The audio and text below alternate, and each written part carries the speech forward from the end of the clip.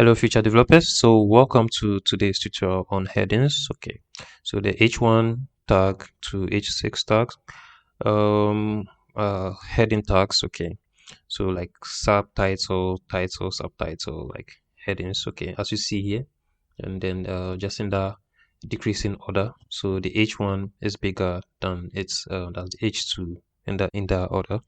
So in my title, I'm going to type heading. Okay, so this is just going to be displayed on the tab. Okay, so here I'm going to start with the H1 tag, and in between the opening and closing tag of the H1, I'm going to type home, and I'll do same for the H2 tag. So the opening and closing tags for the H2 tag, and then in between them, I'm going to type home.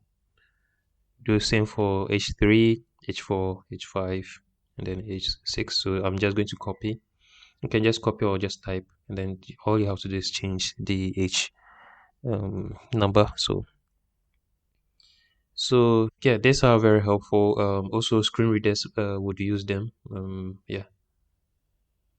So H6 would be the smallest, okay, text size or subtitle or heading.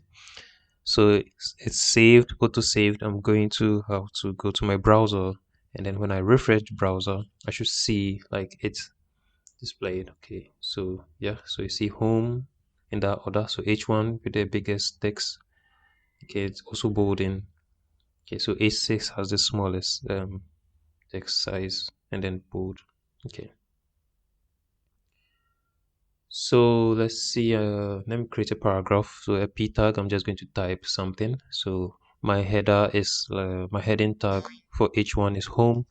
Okay, and then I'm going to below it is my paragraph. So I love my home because dot dot dot dot. Okay.